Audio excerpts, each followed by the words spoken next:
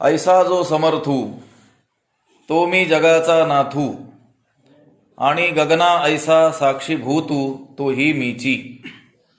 ज्ञानेश्वरीच्या 9व्या अध्यायाचं चिंतन आपण करत आहोत.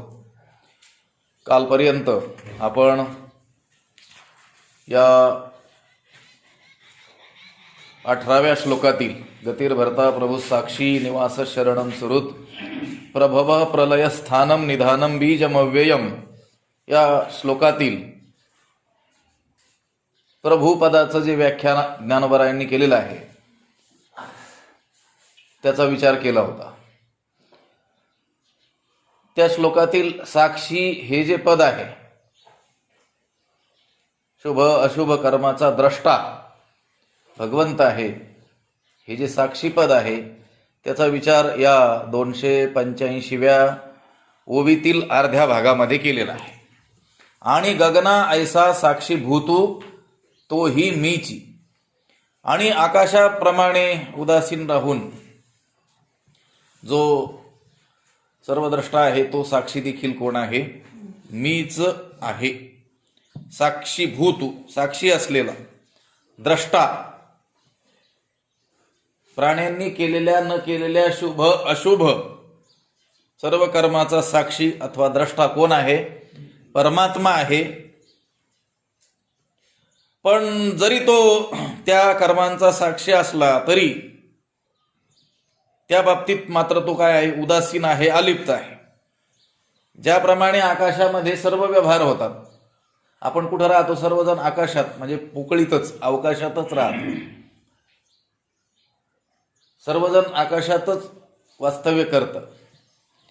परंतु सर्व व्यवहार आकाशात झाले तरी देखील त्या व्यवहाराच्या बाबतीमध्ये आकाश जसं काय असतं? उदासीन असतं आणि अलिप्त असतं. त्या कर्मांनी, त्या व्यवहाराने ते आकाश काय होत नाही? लिप्त होत नाही. मग जसं आकाश त्यामध्ये सर्व व्यवहार होऊनही त्यापासून काय असतं? अलिप्त असतं, उदासीन असतं. त्याप्रमाणे परमात्म्याच्या सत्तेवरच सर्व जीवांचे काय होतात? व्यवहार होतात, घडामोड होते सर्व. परंतु परमात्मा या सर्व व्यवहारात काय राहतो? उदासीन राहतो आणि अलिप्त राहतो. त्यालाच काय म्हटलेलं आहे? साक्षी भूतू असं म्हटलेलं आहे.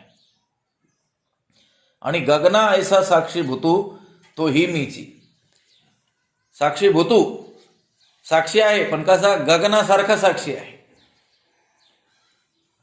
इतर कर्माचेही अनेक जण साक्षी असतात ना, पण काही ना काही अंशामध्ये त्या दोषाने, गुणांनी काय झालेले असतात? ते अंशात का होईना काय झालेले असतात?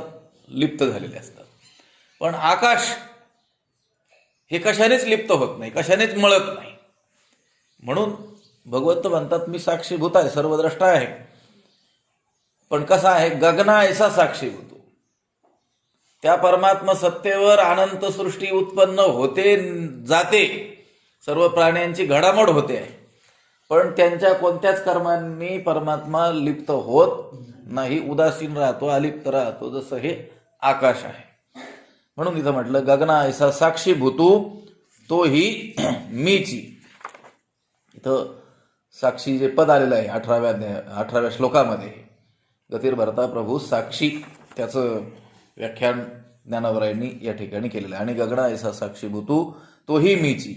इही नामरूपी आघवा जो भरला असे पांडवा आणि नामरूपांचाही ओलावा आपणची जो. पुढचं जे निवास हे पद आहे त्याचं व्याख्यान ज्ञानोबराय करतात. इही नामरूपी आघवा जो भरला असे पांडवा. पांडवा हे अर्जुना, इही नामरूपी जो आघवा भरला असे, या नामरूपात जो सर्व व्यापून राहिलेला आहे. ही जी सर्व नामरूपात्मक ही सृष्टी आहे, या नामरूपामध्ये जो व्यापून राहिलेला आहे, या नामरूपांना जी सत्ता आहे ती ही कोणाची आहे? भगवंताचीच आहे. या नामरूपामध्ये व्यापलेला आहे कोण? भगवंतच व्यापलेला आहे. भगवंत म्हणतात या ठिकाणी, पांडवा हे अर्जुना, इही नामरूपी जो आगवा भरला असे, हे अर्जुना या नामरूपात जो सर्व व्यापून राहिलेला आहे आणि नामरूपांचाही ओलावा आपणची जो, आणि जो आपणची नामरूपांचाही ओलावा, नामरूपाही ओलावा, आणि या नामरूपांना आधारही कोण आहे? जो आहे, ओलावा आहे. या नामरूपांना जीवन कोण आहे? तो परमात्माच आहे. या नामरूपामध्ये पूर्णपणे जो भरलेला आहे आणि या नामरूपांचा ओलावा, या नामरूपांना जीवन, या नामरूपांना चेतना देखील कोणामुळे आहे? ज्याच्यामुळे आहे, तो मी आहे. असं पुढची ओवी आणि हे मिळून भगवंताला सांगायचं. पुढच्या ओवीमध्ये दृष्टांतही दिलेला आहे. इही नामरूपी आघवा जो भरला असे पांडवा, आणि नामरूपांचाही ओलावा आपणची जो. ओलावा म्हणजे आश्रय, आधार. त्याच्या ओलाव्याने, त्याच्या आश्रयाने, त्याच्या आधाराने हे नामरूप आहेत. हे सर्व जे जगत आहे ना, हे जगत म्हणजे तरी काय? तर नाम आणि रूप हेच ज्याचं काय आहे? स्वरूप आहे. त्यालाच काय म्हणायचं? जगत. लक्षात आलं का? जगातील कोणतीही वस्तू घ्या, ती कशाने युक्त आहे? नाम आणि रूपाने. विशिष्ट काहीतरी रूप आणि त्या वस्तूचं काहीतरी विशिष्ट नाम. नाम रूप याच्यामध्येच काय येतं? सर्व जगत येतं. अस्ति भाती प्रिय नाम आणि रूप. त्याच्यातले अस्ति भाती प्रिय हे ब्रह्माचे अंश आणि नामरूप हे मायेचे अंश आहे.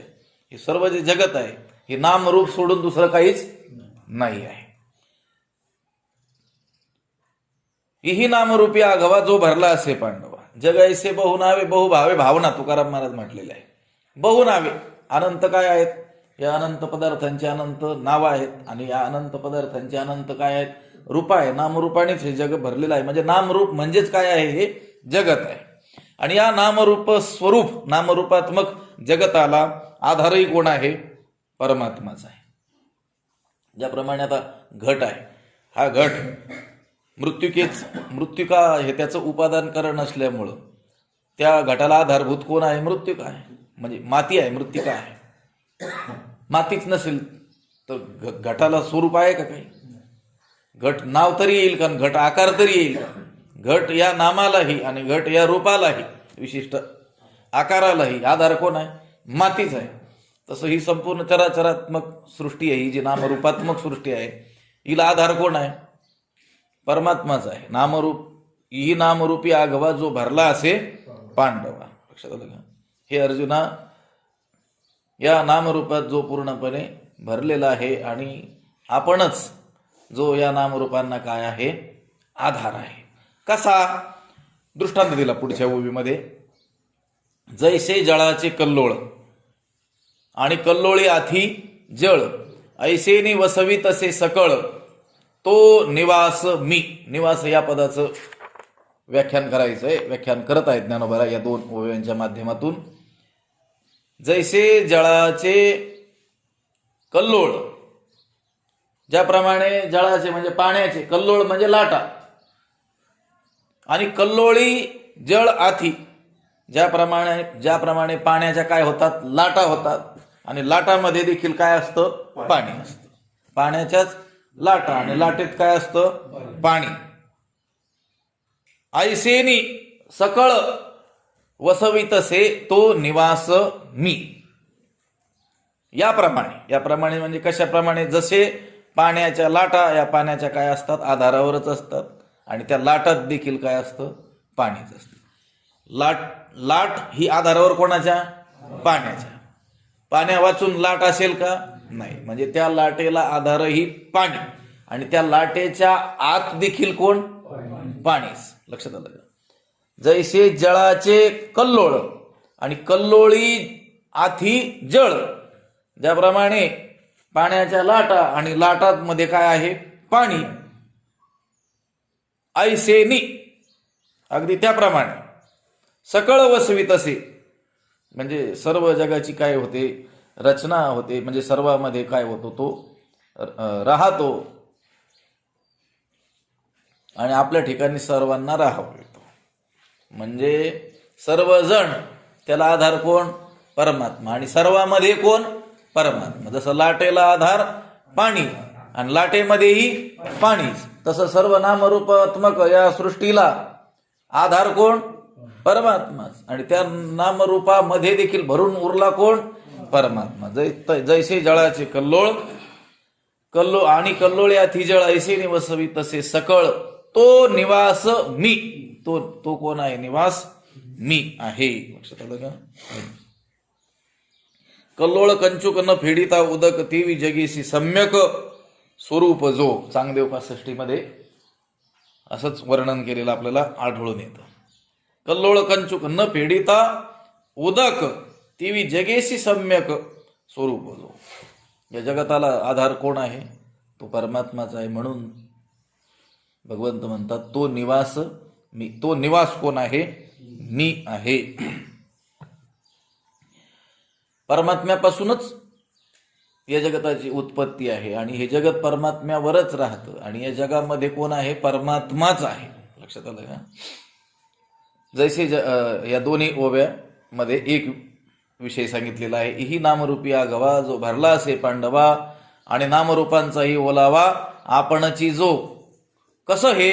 तर जैसे जळाचे कल्लोळ आणि कल्लोळ याथी जळ ऐसे निवसवी तसे सकळ तो निवास मी.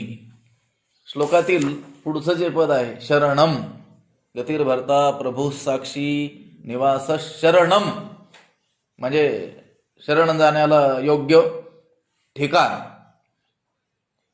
कोण आहे? भगवंत म्हणतोय मी आहे. त्याचं व्याख्यान या पुढच्या ओवीमध्ये ज्ञानोबारायांनी केलेलं आहे. जो मज होय अनन्य शरण त्याचे निवारी मी जन्म मरण या लागी शरणागता शरण्य मीची एकू. जो मज अनन्य शरण होय. जो मला काय करतो? अनन्यतेनं एकनिष्ठतेनं शरण येतो. जो मज अनन्य शरण होय. जो मला अनन्य भावाने एकनिष्ठतेनं काय होतो? शरण येतो. त्याचे जन्म मरण मी निवारी. त्याचं जन्म त्याचं मरण त्याचं काय करतो? मी निवारण करतो. जो मज अनन्य शरण होय त्याचे जन्म मरण मी निवारी. या लागी म्हणून शरणागता शरण्य मीची एकू. म्हणून शरण जाण्यास योग्य ठिकाण असं कोण आहे? मीच एक आहे. शरण जाण्याला योग्य असा शरण्य शरणागता शरण जाणाऱ्यांसाठी शरण्य शरण जाण्यास योग्य असा कोण आहे? मीची एकू. मीच एकटा आहे. लक्षात आलं का? भगवंत म्हणतात शरण जर जायचंच असेल तर शरण जाण्याला योग्य ठिकाण पाहिजे. कारण असं योग्य ठिकाण कोण आहे? मीच आहे. का बरं शरण जाण्याला योग्य ठिकाण परमात्मा आहे? तर त्याचं कारण आहे की त्याला शरण गेलं तर तो त्या शरण जाणाऱ्याचं काय करतो? जन्म मरण निवारण करतो. लक्षात आलं?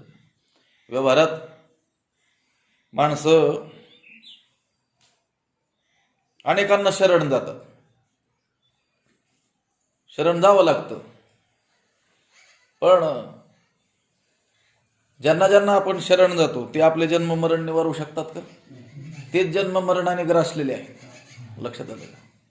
म्हणून व्यवहारात जरी शरण जावं लागत असलं तरी शरण जाण्याला योग्य ते लोक आहेत का?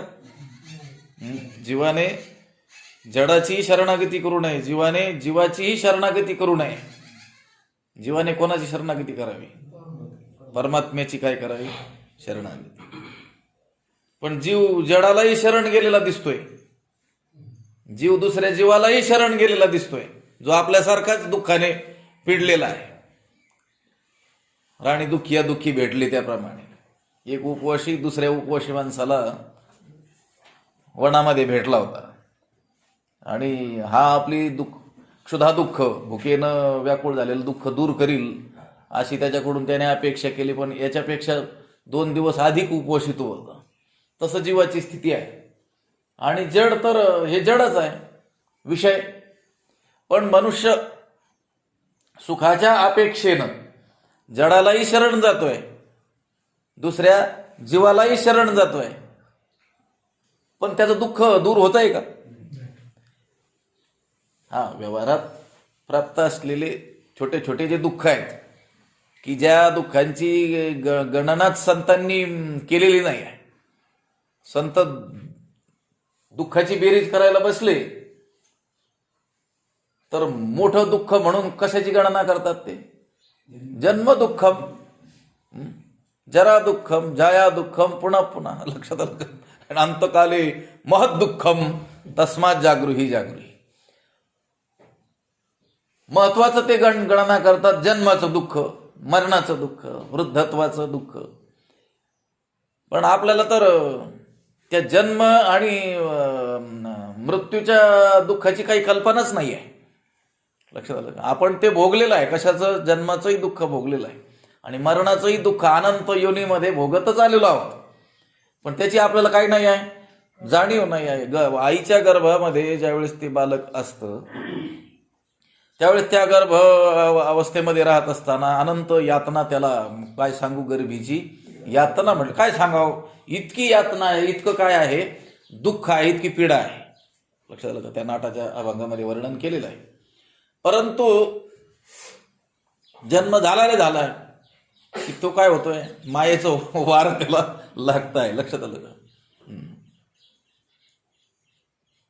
म्हणून मनुष्य या मायेच्या बाजारात पडला की त्याला ह्या दुःखांची काही राहत नाही, जाणीव राहत नाही. जर त्याला ती जाणीव राहील तर त्या दुःखातून सुटण्याचा तो काय करील? प्रयत्न करील, उपाय शोधील. लक्षात आलं का? आणि काहीही प्रयत्न करून ते दुःख ध्वंस करायचाच काय करील? प्रयत्न करील देखील. माणसाची जी दुःख आपण मोजतो आहोत, संसारी माणसं, हे छोटे छोटे दुःख, दारिद्र्याचं दुःख, रोगाचं दुःख, अपमानाचं दुःख, लहानपणाचं दुःख, खरं हे दुःखच नाही आहे. लक्षात आलं का? या मानसिक आपण केलेल्या काय आहेत, सगळ्या कल्पना आहेत. लक्षात आलं का? आणि हे मी तर म्हणतो हे ईश्वर प्रदत्त दुःख नाहीये, हे आपणच काय केलेलं आहे, निर्मिल काय आहे, हे दुःख आहे. लक्षात आलं? आता दुसऱ्यापेक्षा आपण लहान आहोत, त्याच्या एवढे मोठे आपण होऊ शकत नाहीत असं मानून जो तो जीव दुःखी होतोय, तो काही ते दुःख ईश्वराने दिलंय का त्याला? लक्षात आलं का?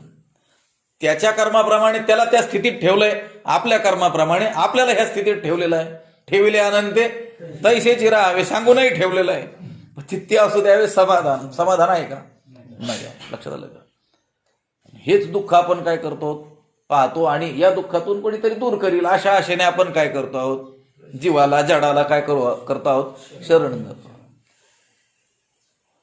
काही अल्पस्वल्प प्रमाणात ह्या जीवाची केलेली शरणागती, विषयांची केलेली शरणागती, जडाची केलेली शरणागती, त्यामुळं कदाचित हे दुःख थोडंसं दूर झाल्यासारखा भास होतोय. स्नेहाळू ते साधूच्या बाबतीमध्ये. लक्षात आलं का? की भगवे देखोनी म्हणती तारा स्वामी. लक्षात आलं का? तापत्रय तापली गुरु ते घेऊ शेती, भगवे देखोनी म्हणती तारा स्वामी. तव ते नेनवणे उपदेशाची रीती, आनान उपदेशेती ठकले निश्चिती ऐसे झाले. ज्ञानोबरायांचा मोठा अभंग आहे तो. कोणी एक प्राणी प्रवासे पिढीला स्नेहाळू देखीला बिबवा तो, तयाचे स्नेह लाविताची अंगी सुजला सर्वांगी ऐसे झाले. लक्षात आलं का? तसे संसारिक जीवाची काय आहे, स्थिती आहे. हा, कोणालाही काय करतात, भगवे देखोनी म्हणती तारा स्वामी. भगवे कपडे पाहिले, पांढरे कपडे, टोपी, धोतर, टिळा पाहिला की तारा आम्हाला, म्हणजे या दुःखातून काय करा, आमची सुटका करा. पण उपदेश कसा करावा, यांची दुःखातून सुटका कशी करावी याची रीती ते जाणत नसल्यामुळे आनान उपदेश येते, काहीतरी सांगतात. लक्षात आलं का? आणि मग ते उपाय करून उपाय न होता ते अपायच होतात. लक्षात आलं का? आणि दुःख दूर न होता काय होतं, अधिकच अनेक पटीनं ते वाढतं. असाच अनुभव सर्व जीवांचा असलेला आपल्याला आढळून येतो. परंतु ज्याला शरण गेल्यानंतर निश्चित या सर्व दुःखाचा ध्वंस, नाश होऊन जाणार आहे, परमानंदाची प्राप्ती होणार आहे, त्या परमात्म्याला मात्र शरण जाताना कोणी आढळून येत नाही. आणि तोच एकटा या जगामध्ये काय आहे, शरण जाण्याला योग्य आहे. लक्षात आलं का? शरणागता शरण्य मीची एकू, मीच एकटा. अजून 4-2 ठिकाणं नाहीत, अजून कुठं ऑफिस खोललेलं नाही. आमची शाखा कुठेही नाही. लक्षात आलं का? ते भगवंताने सांगितलं मीची एकू. लिमिटेड आहे ना, ते कंपन्यांच्या शेवटी लिहिलेलं असतं काय, लिमिटेड. म्हणजे अनलिमिटेड नाही, लिमिटेड. तिथंच आमची वस्तू इथंच मिळेल. लक्षात आलं का? जो मज होय अनन्य म्हणवणी शरण जावे सर्व भावे देवासी. म्हणवणी शरण जावे, म्हणून शरण जावं, सर्व भावाने जावं, देवाला जावं. लक्षात आलं का? पण का? तो हा उतरील पार भवदुस्तर नदीचा. ही भवनदी जी आहे, दुस्तर भवनदी आहे, तिचा पार तो काय करील, आपल्याला पार पाववी. लक्षात आलं का? काय केल्याने? शरण गेल्याने. त्याने सांगून ठेवलंय, जो मज होय अनन्य शरण त्याचे निवारी मी जन्म मरण. दुसऱ्याचे नाही निवारी. लक्षात आलं का? ये यथा माम प्रपद्यन्ते तांस तथैव भजाम्यहम.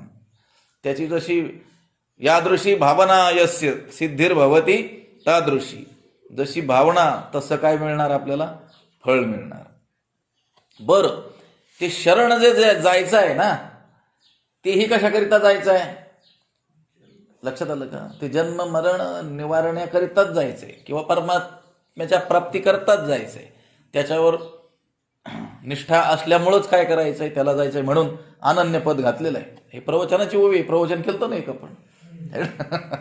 अनन्य शरण जायचंय, शरण जायचंय, पण अनन्य अनन्य हा प्रकारही आहे शरण जाण्याचा.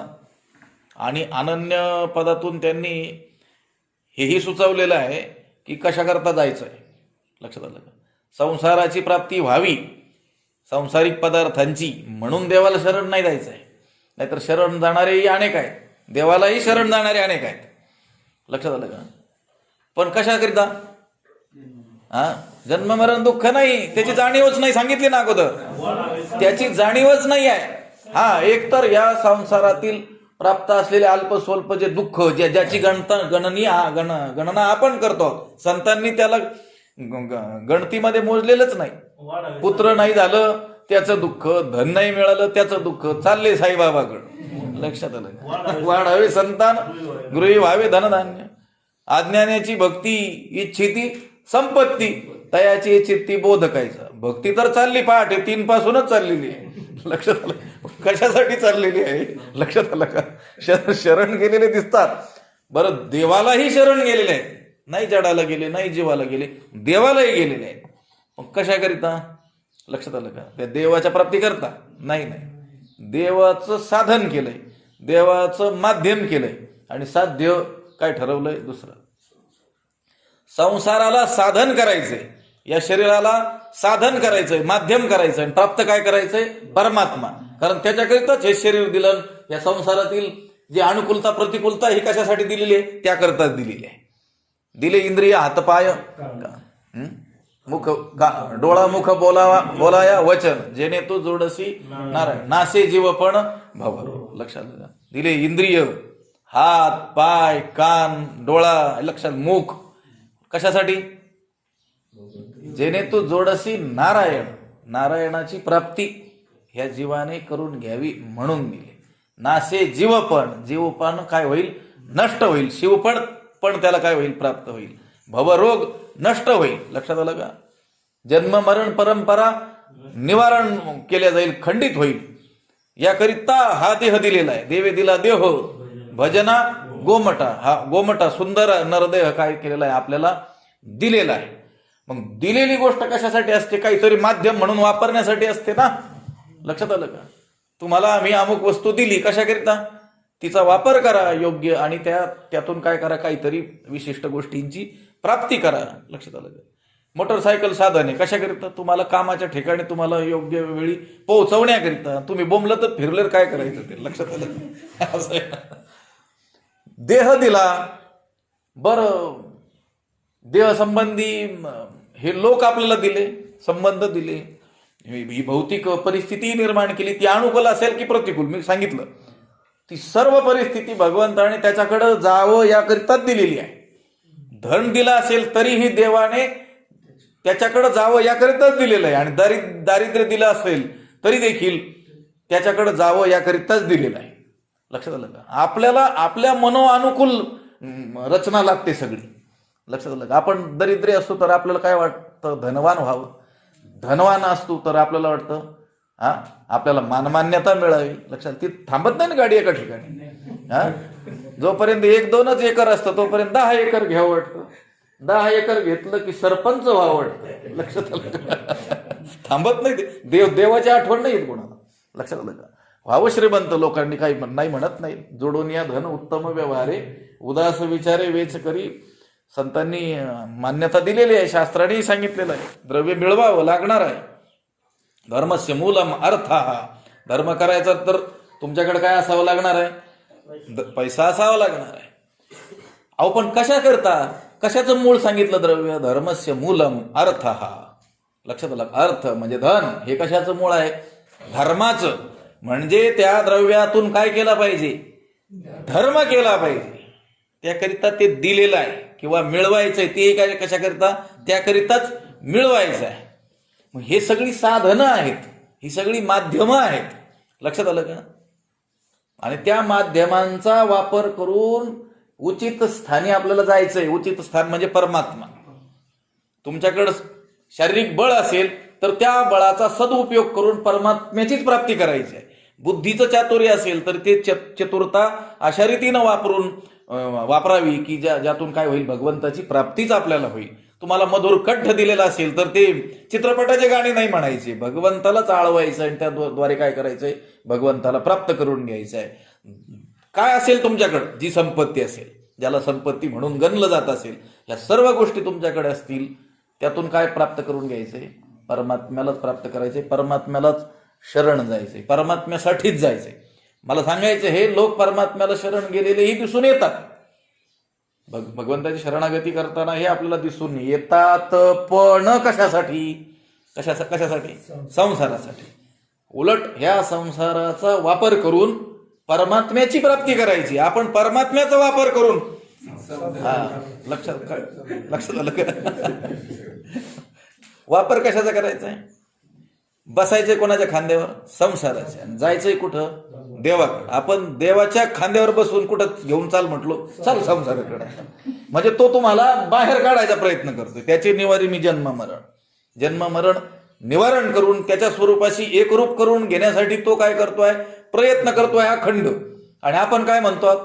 नाही, तुझ्यापासून दूर नेऊन घाल, कुठं शेतात नेऊन घाल. लक्षात त्या शेताचा वापर करायचा आहे, धनाचा वापर करायचा आहे, बळाचा वापर करायचा आहे, बुद्धीचा वापर करायचा आहे, कलेचा वापर करायचा आहे. आणि कुठं जायचंय? परमात्म्याकडं. आपण त्या परमात्म्याचा वापर करून काय म्हणतो? मला धन दे. म्हणजे त्याचं माध्यम करायचं आणि प्राप्ती धनाची, शरीराची, आरोग्याची, रूपाची, नावलौकिकाची, बुद्धीची. लक्षात आलं का? बुद्धी मागावी कशा करता? त्याच्याकडेच जाण्याकरता. हरिबुद्धी जपे तो नर दुर्लभ. लक्षात आलं का? किंवा बुद्धीचे वैभव अन्य नाही दुर्बुद्धी ते मना कदा नुपजो नारायण. किंवा वेदातील ऋषींनी सगळंच मागितलेलं आहे देवाकडे. तुम्हाला संस्कृती येत नाही म्हणून बरं आहे. तुम्ही म्हणाले ऋषी तर आमच्यापेक्षा जास्त मागतात देवाकडे. मृत्तिकाश्च मे वालुकाश्च मे. मला वाळू पाहिजे, मला माती पाहिजे. सुवर्णश्च मे. सुवर्ण पाहिजे, पितळ पाहिजे. लक्षात आलं का? एक चमक अध्याय रुद्राष्टाध्यायी आहे ना, अभिषेक करतो आमच्या तिथं. ते नियमाला वाचत होतो स्वामीजींकडे असताना. तर एक अध्यायच आहे मे म्हणजे मला मला मला. पण ऋषी जे ते मागतात कशाकरता मागतात? भगवत कार्याकरता मागतात. आपण मागतो. लक्षात आलं? त्यांनी सगळंच मागितलं. पुत्रम देही, धनम देही. धनही मागितलं, पुत्र पौत्रही मागितले. सगळं तुम्हाला सांगितलं. काही ठुलं नाही, गावताची काड्याही मागून घेतल्या. कशाकरता? भगवंताची प्राप्ती करून घेण्याकरिता. साधन म्हणून मागितलेलं आहे. आपण भगवंताला साधन करतो आणि प्रपंचाला साध्य करतो. प्रपंच मिळवण्याकरता त्याचा वापर करून घेतो. वापर नाही, गैरवापर करून घेतो. लक्षात आलं? गैरफायदा घेतो. इथं मला सांगायचं होतं, अनन्य पदाने शरणागतीची रीती ही सांगितलेली आहे. आणि अनन्य पदातून असं ध्वनित होतंय की भगवंतासाठीच भगवंताला शरण जायचंय. लक्षात आलं? शरण जायचंय. मग शरण गेलेले तर अनेक दिसून येतात. मग त्यांचं जन्म मरण का तो निवारण करत नाही? कारण त्याला ठाऊक आहे हे जन्म मरण निवारण करण्याकरिता माझ्याकडे आलेले नाहीत, दुसरेच कागदपत्र घेऊन आलेत सह्या करण्याकरिता. लक्षात आलं? माझ्यावर प्रेम आहे म्हणून मला शरण आलेले नाहीत, माझ्या प्राप्तीसाठी मला शरण आलेले नाहीत. त्याला कळतंय. सांगितलं होतं पाठीमागं पाठामध्ये नामदेवरायांचं देवाचा संवाद झालेला. नामदेवरायांना उभं केलं विटेवरती एक दिवस. लक्षात आलं? देवा तुमची फार मजा आहे म्हटले. काय उभं राहायचं फक्त, आला भक्त की आशीर्वाद द्यायचा. ते म्हटले खूप त्रास होतो इथं. ते म्हटले तुम्हाला काय त्रास आहे? नुसतं उभं राहायचं, कमरावर देऊ हात देऊन. लक्षात आलं? काही काम न करणाऱ्याला लोक म्हणतात काही करत नाही, नुसता कमरावर हात देऊन उभा राहतो म्हटले. ते म्हटले तू उभं राहून बघ इथं. नामदेवराय उभं राहिले तर भक्त आले, आनंद वाटला अगोदर, वा वा वा आता दर्शन द्यायचंय म्हटलं यांना. पण ज्यावेळेस त्या भक्तांचं चरित्र दिसू लागलं, काय सातबारा दिसू लागला कशाकरिता आले. लक्षात आलं? त्यावेळेस ते कंटाळून गेले 2-5 मिनिटातच. कोण कशा करता आलंय, कोण पंढरपुरात तीर्थात साधूंच्या दर्शनाला खूप गर्दी गेलेली आपल्याला दिसून येते. पण कशाकरिता? काहीतरी मागण्याकरिता. ज्या संसाराचा त्याग करून ते साधू संत पळून गेले, ब्राह्मणाचे पोर एक खेळाचे ते 12 वर्ष लपाले रे, त्यांचा शोध घेत जातात. कुठं आहेत साधू? अमुक जंगलात, चला म्हटले. ते संसाराचा त्याग करून गेलेले असतात आणि तिथं जाऊन दर्शन करतात, थोडीशी सेवाही करतात. कशा करता? संसाराची मागणी. आता काय करायचं? लक्षात आलं? जो मज होय अनन्य शरण, त्याचे निवारी मी जन्म मरण, या लागी शरणागत शरण्य मीची एकू. भगवंत म्हणतात जो मला अनन्य शरण येतो, अन्य आश्रयाणाम त्यागो अनन्यता. अन्य आश्रयांचा त्याग करणं याला म्हणतात अनन्यता. अन्य. लक्षात आलं का? न अन्य इति अनन्य. लक्षात आलं का? विरोधी शब्द जर दाखवायचा असेल तर एक तर अ जोडावं लागतं किंवा अन जोडावं लागतं. स्वराने सुरुवात होणाऱ्या शब्दांना अन जोडतो आणि व्यंजनाने सुरुवात होणाऱ्या शब्दांच्या विरोधी शब्द तयार करायचा असला तर फक्त अ जोडायचं. ज्ञानी त्याच्या विरोधी करायचं, काय जोडायचं? फक्त अज्ञानी. लक्षात आलं का? ज्ञानी अज्ञानी, विद्वान अविद्वान, हे अविद्वान आहेत म्हणायचं. लक्षात आलं? म्हणजे मूर्ख आहेत. लक्षात आलं? कारण ज्ञानी शब्द कोणत्या अक्षराने सुरुवात झाला? ज्ञ व्यंजन आहे म्हणून त्याच्या विरोधी शब्द तयार करत असताना फक्त त्याला अ जोडायचं. आणि ज्या शब्दांची सुरुवात स्वराने आहे, अ आ इ उ ए वा यव, याने सुरुवात असलेल्या शब्दांच्या उलट शब्द करायचा असला तर त्याला अन जोडायचं. मराठीमध्ये काय जोडायचं? अन. अन्य शब्द आहे. अन्य म्हणजे दुसरा, वेगळा. त्या अन्य शब्दाच्या विरोधी शब्द करायचा म्हणजे वेगळा नसलेला, दुसरा नाही. तर त्या अन्य शब्दाला काय जोडायचं? अन्य शब्द कोणत्या अक्षराने सुरुवात आहे? अने म्हणजे स्वराने, त्याला अन जोडायचं. अन्य अनन्य. लक्षात आलं का? म्हणजे दुसरा नाहीच, म्हणजे दुसऱ्याला शरणच नाही. जीवाला नाही, जडाला नाही, फक्त कोणाला? परमात्म्यालाच. लक्षात आलं का? त्याच्या एकनिष्ठता, एकविधतेचे अभंग आहे तुकोबरायांचे. लक्षात आलं का? एकविधामी न धरू पालट, न संडू हे वाट सापडली. लक्षात आलं का? त्यालाच शरण, एक धरीला चित्ती आम्ही रखुमाईचा पती. लक्षात आलं? फक्त त्या एका परमात्म्यालाच शरण जाणं त्याला म्हणायचं अनन्य. शरणागती कशी असली पाहिजे? अनन्य. नाहीतर मग खंडोबालाही शरण, बिरोबालाही शरण. लक्षात आलं का? मग ती काही शरणागती खरी नाही. लक्षात आलं का? लक्षात आलं?